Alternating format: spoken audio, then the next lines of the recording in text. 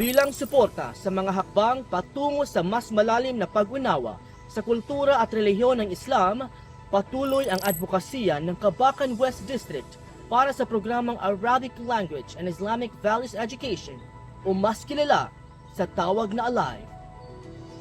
Ang ALIVE ay isang programa ng Department of Education na naglalayong hubugin ang kaisipan ng mga mag-aaral patungo sa mas malalim na kaalaman tungkol sa Arabic language and Islamic values.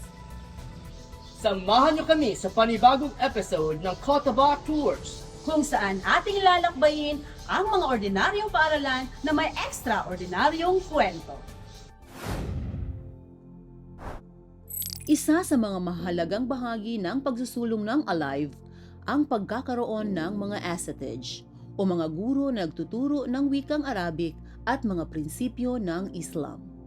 Ang kanilang papel sa pagpapalaganap ng kaalaman ay nagsisilbing haligi sa programang ito na naglalayong buhayin ang kahalagahan ng wika at kulturang Islam.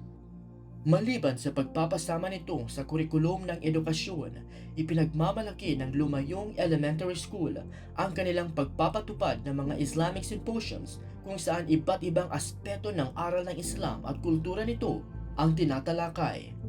Si Ustadz Ali Zen Zakalia, isang guro ng ALIVE, ang nagbibigay gabay sa mga symposium na ito.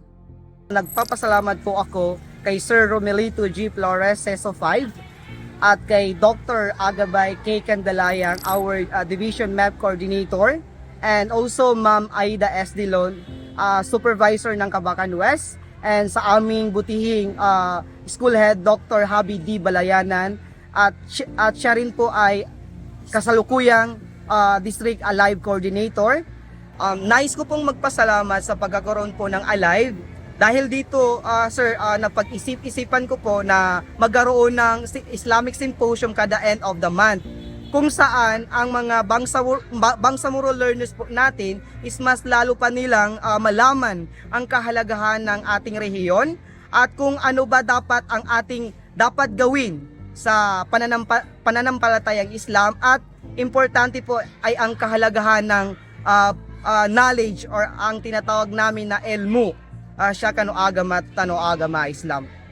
Gusto natin ang ating mga mag-aaral ay magiging prinsipyo na ng kanilang buhay ang mga values na matutunan nila dito sa ALIVE.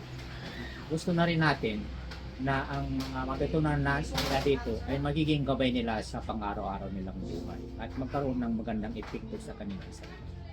Bukas ang pinto ng symposium sa lahat ng mga mag-aaral, guro at mga magulang. Sa bawat pagtitipon, naging masugid na tagapakinig ang mga ito. Patunay lamang na may malalim na interes na matuto sa mga aral ng Islam. Sa biyaya ni maganda ni mag-isa na pagsalawatan ng Allah subhanahu wa ta'ala sa magkasapulo. Isa sa mga estudyante na naging inspirasyon sa kanilang lahat ay si Jojo. Si Jojo ay isang matalinong mag-aral ng Lumayong Elementary School ay nagbahagi ng kanyang pag-aaral ng Islam sa pamamagitan ng mga symposium ng ALIVE. Assalamualaikum warahmatullahi wabarakatuh.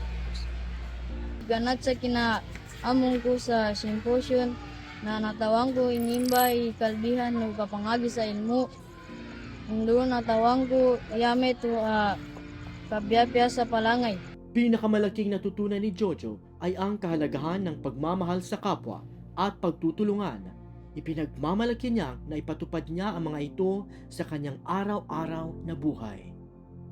Mengka kalini ka sa paggapay palangan kasya ka no dunya na pangagi ka. Ndu kalini ka pun sa mapiyay. Kuyag-uyag ka sa gaya muli na pangagi ka pun sa ilmu ni na Allah Ta'ala. Maraming salamat kay Dr. Agabay dahil sa kanya nakita natin na itong ALIVE na ito ay alive na alive. So thank you very much, Ma'am Dr. Agabay. Sa bawat hakbang na ginagawa ng Kabakan West District para sa programang ALIVE, makikita ang malasakit at determinasyon na itaguyod ang pag-unawa sa Arabic at Islam sa mga komunidad. Ang programa ay hindi lamang nagbibigay kaalaman, kundi nagbubukas din ng mga pinto ng pagkakaisa at pagtutulungan.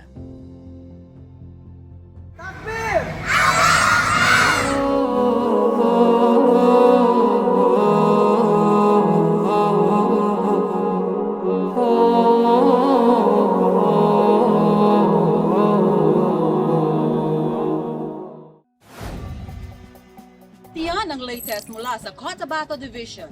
Sa ngalan ng aming Schools Division Superintendent Romelito G. Flores, SESO 5, Kasama ng mas pinalakas na puwersa ng Cotabato Division School Information Officers. Ako po si Renizol Mantawil ako naman si Bayani E. Angkil, para sa DepEd 12 sa ere. Kasali lahat kasama lahat, para sa lahat. DepEd 12 sa ere.